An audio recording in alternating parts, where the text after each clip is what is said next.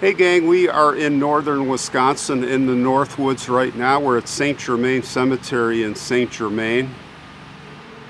This is going to be a really tough one, and I'm going to warn you, you may not want to watch this. It's about two little children that were murdered by their mother here. Big case up here, and it's brutal. And the main reason I'm compelled to come here, along with remembering them and their father who died last year, keep this woman behind bars. She's down in Fond du Lac, Wisconsin, and she might get out. And when you hear this story, it's horrible.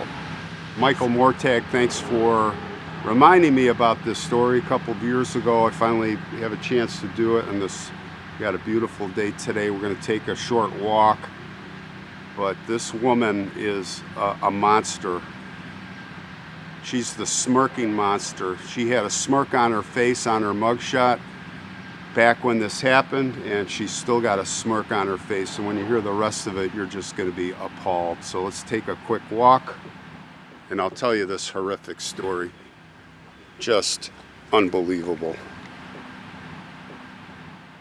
Yeah, her name is Jessie, and she's sitting down there in Fond du Lac thinking who knows what. Now this happened here in Eagle River, just to the east of here, you know, the Northwoods, so the snowmobiling country here, ATVs, UTVs. Got lots of lakes, lots of fishing, lots of deep woods. We got the big resorts. 4th of July just passed. Young man is picking up the flags, which is fantastic, to dispose of them properly. And he showed me where their grave was. It was May 2nd of 1987, and a call came into the police from a 19-year-old local woman, Jessie Goodrum. She said that she was with her two children, and after grocery shopping, while on Highway 70 right here, we're off of, she sensed car trouble, so she pulled over at a rest stop. Little children were in the back seat. Daniel, just over a year old, and 6-week-old baby Nathaniel. She said that while she was looking under the hood at the rest stop, a van pulled up with men, and they put a hood over her head, and from this she passed out. And when she came to, the van was gone, and so were the kids. Well, police, of course, investigated. They investigated the scene here. There were no tire tracks, no footprints other than Jessie's. No evidence that any of this happened. And then they do a background check on this woman. And what do they find? Holy cow, she's got a criminal record from here till tomorrow at that young age. 2 criminal misdemeanors, a felony, check forging. She had been busy, and the flags were going up. Called her parole officer.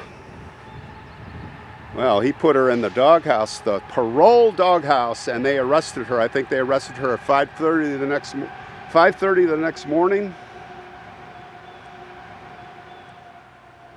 Oh, I don't know what happened, and da-da-da. And they said witnesses at the grocery store, probably Triggs, said she was in there, and there were no kids. No kids with you. Well, I left the kids in the car. By 8:30 a.m., she confessed that she killed the kids. And it was 2 forestry workers who were actually hiking and I think monitoring for forest fire, found the bodies. And you're not going to believe what they saw. Again, warning, you may want to turn this episode off right now.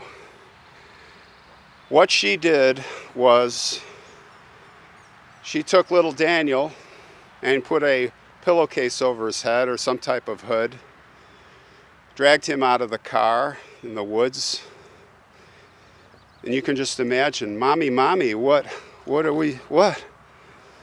And then she took the little baby out, and then she took out a hammer and she bashed their heads in. She bludgeoned them to death. Yes, that's what this woman did. A monster. Just can't even imagine. And she's got a smirk. Mother Jessie Goodrum shared the details, and she would not give a motive. So of course there was a big trial, and she tried to plead not guilty. Insanity defense, nice try, didn't work. They had a competency review. She was found sane, sentenced guilty, and justly was sentenced to 2 consecutive life terms in prison. Well, guys, what did life in prison mean? Well, it didn't mean life. We hear this over and over. Back in the 80s, the 70s, or whenever, you get life in prison, and not to mention 2 consecutive life terms. And she's been up for parole. She has been up for parole already, and she is coming up for parole this November. Do you think she should get out? What do you guys think? There are 5 things that she needed to do to qualify for parole. Very simple things, and she has not done them. One of which includes having a plan of what you're going to do when you get out. She's not remorseful, obviously, and she has no plan. And maybe she likes it in prison. Maybe that's good. Maybe she'll stay. But this November, she is up for parole. And I hope they throw away the key. I hope they have common sense down there in Fond du Lac, and they don't let her out.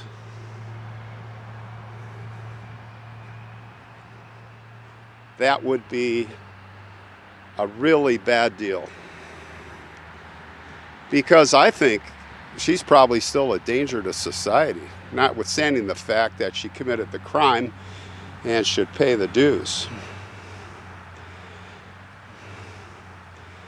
You know, going back to the life sentences, I think that's why they call it today life sentence without the possibility of parole, because back then life sentence was just kidding.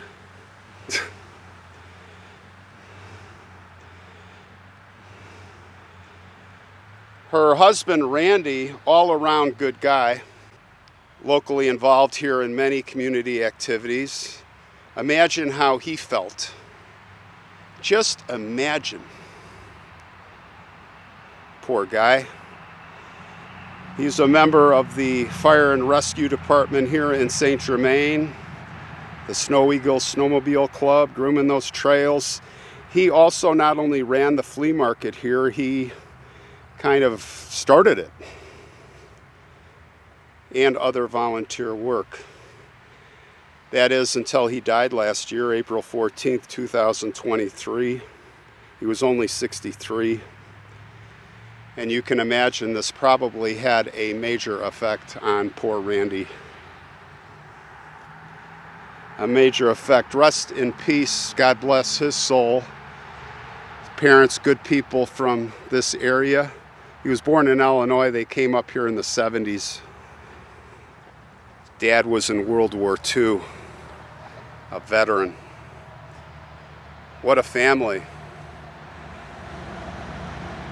All right, well, let's walk over here to their graves. 2 little ones. 2 little babies. The smirking woman. Just one more thing I want to share with you that's just, it's just out of control to even talk about. If you look closely at her criminal mugshot profile, we'll call it, you'll see on the right she has aliases. And the definition of alias is basically, what do you call yourself? What do people call you? But it's kind of like, what do you call yourself? And one of them is Hammer Goodrum. Hammer Goodrum. She's known as the Hammer, and she must maybe like it. Really? Really? Can't even believe it. Deb pointed that out to me. Our friend Deb. Well, here are their graves. The little panda bear looks like with a toy box, right?